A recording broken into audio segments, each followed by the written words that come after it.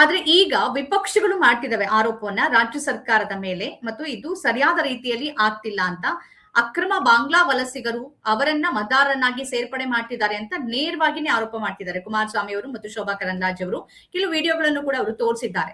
ಈ ವಿಡಿಯೋಗಳನ್ನು ಇಟ್ಕೊಂಡು ಮತ್ತು ಅವ್ರು ಮಾಡ್ತಿರೋ ಆರೋಪ, ಇದ್ರ ಬಗ್ಗೆ ತಮ್ಮ ಪಾಯಿಂಟ್ ಆಫ್ ವ್ಯೂ ಏನು? ಇದನ್ನ ಹೇಗ್ ನೋಡ್ತೀರಿ ತಾವು? ಅದೇನು ವಿಡಿಯೋ ತೋರಿಸಿದ್ದಾರೆ ಅದನ್ನ ಚುನಾವಣಾ ಆಯೋಗ ಮತ್ತು ರಾಜ್ಯ ಸರ್ಕಾರ ಪ್ರತ್ಯೇಕವಾಗಿ ತನಿಖೆ ಮಾಡ್ಬೇಕು. ಅದ್ರ ಬಗ್ಗೆ ಸಹಜವಾಗಿ ಮಾಡ್ಬೇಕು. ಯಾಕಂದ್ರೆ ವಿಡಿಯೋ ಇರೋದ್ ನಿಜ, ಅಲ್ಲಿ ಹೋಗಿರೋದ್ ನಿಜ. BLOಗಳು ಒಪ್ಕೊಂಡಿದ್ದಾರೆ. ನಾನು ವಿಡಿಯೋ ನೋಡಿದೆ. ಅವ್ರು ಏನೇನೋ ಒಂದ್ ರೀತಿಯ ನೆಪಗಳು ಕೊಡ್ತಾ ಇದ್ದಾರೆ. ಬಟ್ ಇಲ್ಲಿ ಬಹಳ ಮುಖ್ಯವಾಗಿ ಆ ಕುಮಾರಸ್ವಾಮಿ ಅಂತವ್ರು ಬಳಸ್ತಿರೋ ಭಾಷೆ ಇದೆಯಲ್ಲ, ಅದು ಬಹಳ ಅಪಾಯಕಾರಿ ಆಗಿರುವಂತದ್ದು. ಆ BLOಗಳು ಮಾಡಿರಬಹುದಾದಂತ ಕೃತ್ಯಕ್ಕಿಂತಲೂ 10 ಪಟ್ಟು ಅಪಾಯಕಾರಿಯಾಗಿರುವಂತದ್ದು ಬಳಸ್ತಿರುವಂತ ಭಾಷೆ. ಕುಮಾರಸ್ವಾಮಿಗೆ ಇವರೆಲ್ಲ ಬಾಂಗ್ಲಾದೇಶದವ್ರು ಅಂತ ಯಾರು ಹೇಳಿದ್ರು? ಎಲ್ಲಿ ಪ್ರೂಫ್ ಇದೆ? ಅಂದ್ರೆ ಯಾರ ಮೇಲೆ ಇದು ಕಳೆದ 15 ವರ್ಷಗಳಿಂದ ನೋಡ್ತಾ ಇದ್ವಿ. ಯಾರ ಮೇಲೆ ಬೇಕಾದ್ರೂ ನೀವು ಮಾನಹಾನಿಯನ್ನ ಮಾಡ್ಬೋದು, ಯಾರ ಮೇಲೆ ಬೇಕಾದ್ರೂ ಏನ್ ಬೇಕಾದ್ರೂ ಮಾತಾಡ್ಬೋದು. ಇದು ಬಿಜೆಪಿ ಪಕ್ಷ ಮಾಡ್ಕೊಂಡ್ ಬರ್ತಾ ಇತ್ತು. ಇದಕ್ಕೆ ಕುಮಾರಸ್ವಾಮಿ ಅವರು ಹೊಸದಾಗಿ ಸೇರ್ಪಡೆ ಆಗಿದ್ದಾರೆ. ಹೊಸದಾಗಿ ಕೂಗುಮಾರಿನೊಳತೆ ಏನ್ ಕರಿತಾ ಇದ್ವಲ್ಲ, ಶೌಟಿಂಗ್ ಬ್ರಿಗೇಡ್ ಅಂತ ಏನ್ ಕರಿತಾ ಇದ್ವಿ. ಮುಂಚೆ ಕಾಂಗ್ರೆಸ್ ಅಲ್ಲೂ ಈ ತರದಲ್ಲಿ ಇರ್ತಾ ಇದ್ರು. ಆತ ಕೆಲವರೆಲ್ಲ ಶೌಟಿಂಗ್ ಬ್ರಿಗೇಡ್ ಅಂತ ಕರಿತಾ ಇದ್ರು. ಈಗ ಬಿಜೆಪಿಯಲ್ಲಿ ಅದು ಮತ್ತೊಂಥರ ತಿರುಗಿದೆ. ಒಂಥರ ಕೋಮು ಭಾವನೆಗಳನ್ನು ಕೆಳಿಸುವಂತಹ ಶೌಟಿಂಗ್ ಬ್ರಿಗೇಡ್ ಏನು ಶೋಭಾ ಕರಂದ್ಲಾಜೆ ಇದ್ರು, ರೇಣುಕಾಚಾರ್ಯ ಇದ್ರು, ಇದಾರೆ CT ರವಿ ಇದಾರೆ, ಈ ಅನೇಕರು ಇದಾರೆ. ಇನ್ನು ಹೆಸರುಗಳು party Basavaraj Yatnal is the king of this people. ಇವರಿಗೆಲ್ಲ ಒಬ್ಬ ನಾಯಕರ ತರ ಇದ್ರು. ಇದಕ್ಕೆ ಕುಮಾರಸ್ವಾಮಿ ಅವರು ಸೇರ್ಪಡೆ ಆಗಿದ್ದಾರೆ. ಕುಮಾರಸ್ವಾಮಿ ಅವ್ರು ಯಾಕೆ ಸೇರ್ಪಡೆ ಆಗಿದ್ದಾರೆ ಅಂತ ಅವರೇ ಉತ್ತರ ಕೊಡ್ಬೇಕು. ಎಲ್ಲರಿಗೂ ಗೊತ್ತಿರುವಂತದ್ದು ಅವ್ರು ಬಿಜೆಪಿ ಜೊತೆಗಿನ ಸಖ್ಯ ಈ ತರ ಆಗಿದೆ. ಹೀಗಾಗಿ BLOಗಳು ಅವ್ರ ಕರ್ತವ್ಯವನ್ನು ಮಾಡಿಲ್ಲ ಅಂತಂದ್ರೆ ನಿಜಕ್ಕೂ ಅದು ಶಿಕ್ಷೆ ಆಗ್ಬೇಕಾಗುತ್ತೆ. ಯಾಕಂದ್ರೆ ಮನೆಗೆ ಹೋಗ್ಬೇಕು ಅವ್ರ. ಅದು ಬಹಳ ಸ್ಪಷ್ಟವಾಗಿದೆ. ಸ್ಟಿಕ್ಕರ್ ಅಂಟಿಸ್ಬೇಕು. ಇನ್ನೊಂದು ಹೋಗಿದ್ದಕ್ಕೆ ಒಂದು ಸ್ಟಿಕ್ಕರ್ ಅಂಟಿಸ್ಬೇಕು. ಮನೆಗೂ ಸ್ಟಿಕ್ಕರ್ ಅಂಟಿಸ್ಬೇಕಾಗುತ್ತೆ. ಕೊಟ್ಬಿಟ್ಟು ಎನಮರೇಷನ್ ಫಾರ್ಮ್ ಕೊಟ್ಟು ಮತ್ತೆ ಮುಗಿಸ್ಬಿಟ್ಟು ಮತ್ತೆ ಬರ್ತಾರೆ ಅವ್ರು. ಬಂದ್ಬಿಟ್ಟು ತುಂಬಿಸಿರೋ ಫಾರ್ಮ್ ಅನ್ನ ತಗೊಂಡು ಹೋಗ್ತಾರೆ ಮತ್ತು ಏನನ್ನ ಅನುಮಾನ ಮಾಡಿದ್ರೆ ಪರಿಹಾರ ಕೊಡ್ತಾರೆ. ಇದು ಸಹಜವಾಗಿ ನಡಿಬೇಕಾಗಿರುವಂತದ್ದು. ಇಲ್ಲಿ ಮುಖ್ಯವಾಗಿ ಬಿಜೆಪಿಯ ಶೋಭಾ ಕರಂದ್ಲಾಜೆ ಆಗ್ಲಿ, ಪ್ರಹ್ಲಾದ್ ಜೋಶಿ ಕೂಡ ಮಾತಾಡಿದ್ದಾರೆ. ಅವರು ಕುಮಾರಸ್ವಾಮಿ ಅವರು ಅರ್ಥ ಮಾಡ್ಕೊಳ್ಬೇಕಾಗಿರೋದು, ಇಡೀ BLOಗಳಿಗೆ ಸದ್ಯದ ಸಂದರ್ಭದಲ್ಲಿ SIR ಮುಗಿಯುವವರೆಗೂ ಕೇಂದ್ರ ಚುನಾವಣಾ ಆಯೋಗದ ಅಡಿಯಲ್ಲಿ ಕೆಲಸ ಮಾಡ್ತಾರೆ. ಇವ್ರು ಪ್ರಶ್ನೆ ಮಾಡ್ಬೇಕಾಗಿರೋದು ಕೇಂದ್ರ ಚುನಾವಣಾ ಆಯೋಗಕ್ಕೆ. ನಾವಿಲ್ಲಿ ಕಾಂಗ್ರೆಸ್ನ ಸಮರ್ಥನೆ ಮಾಡ್ಕೊಳ್ಳೋ ಅಗತ್ಯವೇ ಇಲ್ಲ. ಕಾಂಗ್ರೆಸ್ನ ನಿಷ್ಕ್ರಿಯತೆ ಎಷ್ಟಿದೆ ಅಂತಂದ್ರೆ, ಕಾಂಗ್ರೆಸ್ ಈ ಮಟ್ಟದಲ್ಲಿ ಯೋಚನೆನೂ ಮಾಡೋದಿಲ್ಲ. ಅವ್ರಿಗೆ ನಿಜವಾದ ಅವ್ರ ಕೆಲಸ ಏನ್ ಮಾಡ್ಬೇಕಾಗಿತ್ತಲ್ಲ, ಒಬ್ಬ ಕಾಂಗ್ರೆಸ್ ಪಕ್ಷವಾಗಿ ಮತ್ತು ಅವರ ಮುಖಂಡರಾದಂತ ರಾಹುಲ್ ಗಾಂಧಿ ಅವರ ವೋಟ್ ಚೋರಿ ಬಗ್ಗೆ ಅಷ್ಟರ ಮಟ್ಟಿಗೆ ಮಾತಾಡಿದ್ರು ಒಂದ್ ಕಾಲದಲ್ಲಿ. ಮೊನ್ನೆ ಬಿಹಾರ್ ಚುನಾವಣೆವರೆಗೂ ಮಾತಾಡಿದ್ರು. ರಾಹುಲ್ ಗಾಂಧಿ ಅವರು ಒಂದು ದೌರ್ಬಲ್ಯವಿದೆ. ಒಂದು ಇಶ್ಯೂ ಅನ್ನ ದೊಡ್ಡ ಮಟ್ಟಕ್ಕೆ ತಗೊಂಡೋಗೋದು, ಒಂದ್ ಹಂತಕ್ಕೆ ಮುಗಿದ ನಂತರ ಅದರ ಕೆಲಸ ಮುಗಿತು ಅನ್ನೋ ರೀತಿ ಅದನ್ನ ಬಿಟ್ಬಿಟ್ಟು ಆ ಇಶ್ಯೂನ ಅಲ್ಲಿಗೆ ನಿಲ್ಸುವಂತದ್ದನ್ನ ನಾವು ನೋಡ್ತಾ ಇದ್ವಿ. ಉದಾಹರಣೆಗೆ ಜಾತಿ ಗಣತಿ ಹಂಗೆ ಮಾಡಿದ್ರು. ಈ ಜಾತಿ ಗಣತಿ ಬಗ್ಗೆ ಮಾತಾಡ್ತಾ ಇಲ್ಲ. ಇದು ವೋಟ್ ಚೋರಿ ಮಾತಾಡಿದ್ರು, ಪೀಕಿಗೆ ತಗೊಂಡೋದ್ರು, ನಿಲ್ಲಿಸ್ಬಿಟ್ರು. ಓಕೆ, ಇವ್ರಾದ್ರೂ ಅದು ಮುಂದುವರ್ಸ್ಬೇಕಾಗಿತ್ತು. ಅಂದ್ರೆ ಯಾಕೆ ಹೇಳ್ತೀನಿ ಅಂದ್ರೆ, ಕಾಂಗ್ರೆಸ್ಸಿಗೆ ಆಸಕ್ತಿ ಇಲ್ಲ ಇದು. ನೀವು SIR ಪ್ರಕ್ರಿಯೆ ಕರ್ನಾಟಕದಲ್ಲಿ ಶುರು ಮಾಡ್ತೀವಿ ಅಂತ ಹೇಳಿದಾಗಿಂದ ನೋಡಿ, ಇಲ್ಲಿ ಅನೇಕ ಸಂಘಟನೆಗಳು ಕಾಂಗ್ರೆಸ್ ಜೊತೆಗೆ ಮಾತಾಡಿ, ನಾವೇ ಒಂದೆರಡು ಸಲ ಹೋಗಿ ಅವ್ರ JC ಚಂದ್ರಶೇಖರ್ ಅವ್ರನ್ನ ಭೇಟಿಯಾಗಿ ನೋಡಿ, ನೀವು ಇದನ್ನ ವಿರೋಧಿಸ್ಬೇಕು ಮೂಲಭೂತವಾಗಿ. ಜೊತೆಗೆ ಯಾವುದೇ ಅರ್ಹ ಮತದಾರ ಹೊರಗುಳಿಬಾರ್ದು ಇನ್ನು ಎಚ್ಚರಿಕೆ ತಗೋಬೇಕು. ಅದಕ್ಕೆ ಏನೇನ್ ಮಾಡ್ಬೇಕು, BLOಗಳ ತರಬೇತಿ ಆಗಿರ್ಬೋದು. ಆಮೇಲೆ ಒಂದು ವ್ಯವಸ್ಥೆ ಇದೆಯಲ್ಲ, ಎಲ್ಲಾ ಹಂತಗಳ ವಾರ್ಡ್ ವ್ಯವಸ್ಥೆ, ಬೂತ್ ಮಟ್ಟದ ವ್ಯವಸ್ಥೆ, ಗ್ರಾಮ ಪಂಚಾಯತ್ ವ್ಯವಸ್ಥೆ ಎಲ್ಲವನ್ನು ತಕ್ಕ ಮಟ್ಟಿಗೆ ಸಿದ್ಧಪಡಿಸ್ಬೇಕು. ಆ ತರದ್ ಏನಾದ್ರು ಇದಾವೆ ಅವನ್ನ ಮಾಡ್ಬೇಕಂತ ಹೇಳಿ ಒತ್ತಾಯ ಮಾಡಿದ್ಮೇಲೆ ಈಗ ಒಂದು ಪರ್ಮನೆಂಟ್ ರೆಸಿಡೆನ್ಷಿಯಲ್ ಸರ್ಟಿಫಿಕೇಟ್ ಕೊಡ್ತೀವಿ ಅಂತ ಮೊನ್ನೆ ಹೇಳ್ತಾ ಇದಾರೆ. ಆಲ್ಮೋಸ್ಟ್ ಇನ್ನೇನು SIR ಶುರುವಾಗಿ ಮುಗಿದೋಗುತ್ತೆ. ಒಂದ್ ತಿಂಗಳು ಟಕ ಅಂತ ಮುಗಿದೋಗ್ಬಿಡುತ್ತೆ. ಈಗ ಹೇಳ್ತಾ ಇದ್ದಾರೆ ಅಂದ್ರೆ ಕಾಂಗ್ರೆಸ್ಸಿಗೆ ಆಸಕ್ತಿ ಇಲ್ಲ ಇದು SIR ಪ್ರಕ್ರಿಯೆ ಬಗ್ಗೆ. ಕಾಂಗ್ರೆಸ್ನ 135 ಟೆಕ್ನಿಕಲಿ ಈ ಸಂದರ್ಭದಲ್ಲಿ ಕಾಂಗ್ರೆಸ್ ಇದಕ್ಕೆ ಅಂದ್ರೆ ರಾಜ್ಯ ಸರ್ಕಾರದ ವ್ಯಾಪ್ತಿಯಲ್ಲಿ ರಾಜ್ಯ ಚುನಾವಣಾಧಿಕಾರಿಗಳು ಕೆಲಸ ಮಾಡ್ತಾರೆ ಅನ್ನೋ ವಿಪಕ್ಷಗಳ ವಾದ ಏನಿದೆ, ಅದಕ್ಕೆ ಇಲ್ಲಿ ಗ್ರೌಂಡ್ಸ್ ಇಲ್ವಾ ಶ್ರೀಪಾದ್ ಭಟ್ ಅವರೇ ಈ ಸಂದರ್ಭದಲ್ಲಿ? ಇಲ್ಲ. ಕೇಂದ್ರ ಚುನಾವಣಾ ಆಯೋಗ ಇದು, ರಾಜ್ಯ ಚುನಾವಣಾ ಆಯೋಗ ಅಲ್ವೇ ಅಲ್ಲ. ಈಗ SIR ಮಾಡ್ತಿರೋದೇ ಕೇಂದ್ರ ಚುನಾವಣಾ ಆಯೋಗ. ಕೇಂದ್ರ ಚುನಾವಣಾ ಡೈರೆಕ್ಟ್ ಆಗಿ ಕೇಂದ್ರ ಸರ್ಕಾರ ಜೊತೆಗೆ ಕೇಂದ್ರ ಗೃಹ ಇಲಾಖೆ ಜೊತೆಗೆ ಸಂಪರ್ಕದಲ್ಲಿರುತ್ತೆ. ರಾಜ್ಯ ಸರ್ಕಾರಕ್ಕೆ ಇದು ಸಂಬಂಧವೇ ಇಲ್ದಿರುವಂತ ಸಂದರ್ಭ ಇದು. ರಾಜ್ಯ ಸರ್ಕಾರ ತನಗಿರುವಂತ ಸಂವಿಧಾನಬದ್ಧ ಹೊಣೆಗಾರಿಕೆಯಿಂದ ಮಧ್ಯ ಪ್ರವೇಶಿಸ್ಬೇಕಷ್ಟೇ. It's interference. ಇದು ರಾಜ್ಯ ಸರ್ಕಾರ ಮಾಡ್ಬೋದಾಗಿದೆ ಅಂದ್ರೆ ಇಂಟರ್ಫರೆನ್ಸ್ ಆಗ್ಬೇಕು. ಕಾಂಗ್ರೆಸ್ ಪಕ್ಷ ಮಾಡ್ಬೋದಾಗಿದೆ, ಇಂಟರ್ಫರೆನ್ಸ್ ಮಾಡ್ಬೇಕು. ಯಾವ ತರ ಇಂಟರ್ಫರೆನ್ಸ್? ಅವ್ರಿಗೆ ಪತ್ರ ಬರೆಯುವಂತದ್ದು, ಒತ್ತಾಯ ಮಾಡುವಂತದ್ದು. ಈಗ ಆಗಸ್ಟ್ 5ರಂದು ಪಟ್ಟಿ ಪ್ರಕಟಿಸಿದ ನಂತರ 1 ತಿಂಗಳಿನ ಟೈಮ್ ಕೊಟ್ಟಿರೋದನ್ನ 6 ತಿಂಗಳಿಗೆ ವಿಸ್ತರಿಸಿ, ಒಂದು ವರ್ಷಕ್ಕೆ ವಿಸ್ತರಿಸಿ. ಯಾಕಂದ್ರೆ ಕರ್ನಾಟಕದಲ್ಲಿ ಚುನಾವಣೆ 2028 ಇರೋದ್ರಿಂದ ಅಗತ್ಯವಿದೆ 1 ತಿಂಗಳಲ್ಲಿ ತರಾತುರಿ ಮುಗಿಸೋ ಅಗತ್ಯ. ಯಾಕಂದ್ರೆ ಬಹಳ ಕಷ್ಟ ಇದೆ. ನಾನು ನಿನ್ನೆ 2 ದಿವಸ ನೋಡ್ತಾ ಇದ್ದೀನಿ. 2002ರಲ್ಲಿ ನೀವು ಬಹಳ ಮುಖ್ಯವಾಗಿರುತ್ತೆ. 2002ರಲ್ಲಿ ನಿಮ್ಮ ಹೆಸರನ್ನು ಹುಡುಕಿ ಬರೆಯುವಂತದ್ದು. ಹೆಸರುಗಳೇ ಇಲ್ಲ ಅಲ್ಲಿ, ಹೆಸರುಗಳು ಸಿಗಕ್ಕೆ ಸಾಧ್ಯ ಇಲ್ಲ. ಮಿಸ್ ಆಗ್ಬಿಟ್ರೆ ಸಿಗಲ್ಲ, ಒಂದು ಸ್ಪೆಲ್ಲಿಂಗ್ ಮಿಸ್ ಆದ್ರೆ ಸಿಗಲ್ಲ. ಏನೇನೋ ಕಷ್ಟಗಳು ಇದಾವೆ, ಅದನ್ನ ಸಾಲ್ವ್ ಮಾಡ್ಬೇಕು ಕಾಂಗ್ರೆಸ್ನವರು. ಇದನ್ನ ಅವ್ರು ಮಾಡ್ತಾ ಇಲ್ಲ. ಇದಕ್ಕೆ ಅವರು ತಾಂತ್ರಿಕವಾಗಿ ಸಂವಿಧಾನ ಬಗ್ಗವಾಗಿ ಹೊಣೆಗಾರಿಕೆ ಬೇಕಾಗಿಲ್ಲ. ಇದು ಸರ್ಕಾರವಾಗಿ ಪಕ್ಷವಾಗಿ ಇದು ಮಾಡ್ಬೇಕು.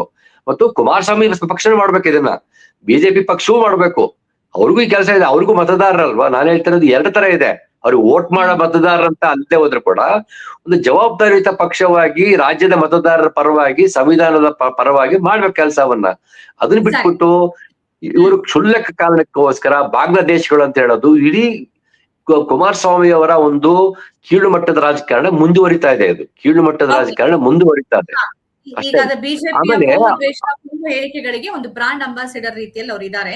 ಅವ್ರು ಅಂಬಾಸಿಡರ್ ಮಾತ್ರ ಅಲ್ಲ, ಅಂಬಾಸಿಡರ್ ಮಾತ್ರ ಅಲ್ಲ, ಈಸ್ ಅಥೆಂಟಿಕೇಟಿಂಗ್ ಇಟ್. ಅಂಬಾಸಿಡರ್ ಅಂದ್ರೆ ಓಕೆ ಮಾತಾಡೋ. ನಿನ್ನೆ ಅವರ ಸ್ಟೇಟ್ಮೆಂಟ್ ಅನ್ನ ನೋಡಿದ್ರೆ ಈ ರಾಮನಗರ ಮತ್ತು ಚನ್ನಪಟ್ಟಣ ಈ ಭಾಗದಲ್ಲಿ ಸುಮಾರು 10,000 8ರಿಂದ 10,000 ಬಾಂಗ್ಲಾದಿಂದ ಬಂದವರಿದ್ದಾರೆ ಅಂತ. ಈ ರಾಮನಗರನು ಚನ್ನಪಟ್ಟಣನೋ ಬಿಡದಿನೋ ಈ ಕಡೆ ಹಾಸನ ತನಕ ಇವ್ರದೇ ಅಲ್ವಾ ಸಾಮ್ರಾಜ್ಯ, ಇವರೇ ಅಧಿಕಾರವನ್ನ ನಡ್ಸ್ಕೊಂಡ್ ಬಂದವರು ಶಾಸಕರಾಗಿ. ಇವ್ರ ಕುಟುಂಬದವರೇ ಇದ್ರಲ್ವಾ, ಸಂಸದರು ಶಾಸಕರು ಎಲ್ರು ಇವರೇ ಆಗಿರುವಾಗ ರಾಮನಗರದಲ್ಲಿ ಅವರೇ ಶಾಸಕರಾಗಿದ್ರು. ಇವ್ರಿಗೆ ಇಲ್ಲಿ ತನಕ ಬಾಂಗ್ಲಾದಿಂದ ಬಂದಿದ್ರು ಅಂತ ಗೊತ್ತಿಲ್ವಾ? ಇವ್ರು ಕೇಂದ್ರ ಮಂತ್ರಿ ಇದ್ದಾರೆ. ಈಗ ಅಕ್ರಮ ನಿವಾಸಿಗಳನ್ನ ಹೊರ ಹಾಕೋದು ಹಾಗೆ ನೋಡಕ್ ಹೋದ್ರೆ ಕೇಂದ್ರ ಗೃಹ ಇಲಾಖೆಯ ಕೆಲಸ. ರಾಜ್ಯ ಸರ್ಕಾರ ಗೊತ್ತಾದ್ರೆ ಮಾಡ್ಬೋದು, ರಾಜ್ಯ ಗೃಹ ಇಲಾಖೆ. ಹಾಗಾದ್ರೆ ಇದ್ರ ಬಗ್ಗೆ ಜವಾಬ್ದಾರಿ ಇಲ್ವಾ? ಕೇಂದ್ರ ಗೃಹ ಇಲಾಖೆ ಏನ್ ಮಾಡ್ತಿದೆ? ಪತ್ರ ಬರೀಬೇಕಲ್ಲ, ಇಷ್ಟು ಜನ ಇದ್ದಾರೆ, 8ರಿಂದ 10,000 ಜನ ಅಂತ ಹೇಳ್ತಿದ್ದಾರೆ ಅವರು. ಇದು ಯಾವ ತರದ್ದು? ಇಲ್ಲಿ 3 ತರದ ಆಂಗಲ್ ಇದಾವೆ. ಮೊದಲನೇದಾಗಿ ನೀವ್ ಹೇಳ್ದಂಗೆ ಜವಾಬ್ದಾರಿ ಇರೋದು ಯಾರದು? ಕೇಂದ್ರ ಗೃಹ ಇಲಾಖೆದು. ಇವರು ಕೇಂದ್ರ ಸಚಿವರು, ಇವರ ಕೇಂದ್ರ ಸರ್ಕಾರದ NDA ಭಾಗವಾಗಿದ್ದಾರೆ. ಇವರು ತಮ್ಮ ಜವಾಬ್ದಾರಿಯನ್ನ ತಾವೇ ತಪ್ಪಾಗಿ ಬಿಂಬಿಸ್ಕೊಂತ ಇದ್ರೆ ಪರೋಕ್ಷವಾಗಿ ತಾವೇ ಸರಿಯಾಗಿ ಕೆಲಸ ಮಾಡ್ತಾರೆ ಅಂತ ಹೇಳ್ತಾ ಇದ್ರು. 10,000 ಬಾಂಗ್ಲಾದೇಶಿ ಬಂದಿರೋದು ನಿಜ ಆಗಿದ್ರೆ ಈ ತರ ವೈಫಲ್ಯ ಅವ್ರು ಯಾರನ್ನ ಬ್ಲೇಮ್ ಮಾಡ್ತಾ ಇದಾರೆ? Is blaming the Amit Shah ಇಲಾಖೆಯಲ್ಲಿ ಬ್ಲೇಮ್ ಮಾಡ್ತಾ ಇದಾರೆ ಅಷ್ಟೇ. ನೀವ್ಯಾಪ ತಂದಿರೋದು? ಯಾಕಂದ್ರೆ ಇದಕ್ಕೂ ಕಾಂಗ್ರೆಸ್ ಸರ್ಕಾರಕ್ಕೂ ಸಂಬಂಧವಿಲ್ಲ, ಇದಕ್ಕೂ ಕಾಂಗ್ರೆಸ್ ಪಕ್ಷಕ್ಕೂ ಸಂಬಂಧವಿಲ್ಲ, ಇದಕ್ಕೂ ಇವರು ಯಾರಿಗೆ ಗುರಿ ಇಟ್ಟಿದಾರಲ್ಲ DK ಶಿವಕುಮಾರ್ಗೂ ಸಂಬಂಧವಿಲ್ಲ. ಇದು ಇಷ್ಟೊಂದು ಒಂದು ಸಣ್ಣ ವಿಷಯ ಗೊತ್ತಿಲ್ಲದೆ ಒಂದು ಮುಟ್ಟಾಳತನದಿಂದ ಮಾತಾಡ್ತಿದಾರೆ ಅಂದ್ರೆ ಇವರ ಒಂದು ಯಾವ ಮಟ್ಟಕ್ಕೆ ಕುಸಿದಿದ್ದಾರೆ ಅಂತ ನೋಡ್ಬೇಕು. ನಾವು ಇಲ್ಲಿ ನೋಡ್ಬೇಕಾದ್ರು ಒಂದು ರಾಜಕೀಯದ ಮೌಲ್ಯ, ಒಂದು ನೈತಿಕತೆ ಹೆಂಗೆ ದಿನಕ್ಕೆ ಕುಸಿತಾ ಇದೆ ಅಂತ. ಇಷ್ಟೆಲ್ಲ ಇದ್ರೂ ಕೂಡ ಇವ್ರು ಮಾತಾಡ್ತಿದ್ದಾರೆ ಮೊದಲನೇದಾಗಿ. ಎರಡನೇದಾಗಿ ಸಾಕ್ಷಿಯಲ್ಲಿದೆ, ಇವರೆಲ್ಲ ಬಾಂಗ್ಲಾದೇಶಗಳು ಅಂತ ಸಾಕ್ಷಿಯಲ್ಲಿದೆ. 10,000 ಜನ ಬಾಂಗ್ಲಾದೇಶಗಳು ಅಂತ ಮುಸ್ಲಿಮರೆಲ್ಲ ಬಾಂಗ್ಲಾದೇಶಿಗಳು ಅಂತ ಇವ್ರು ಹೇಳ್ತಾ ಇದಾರ.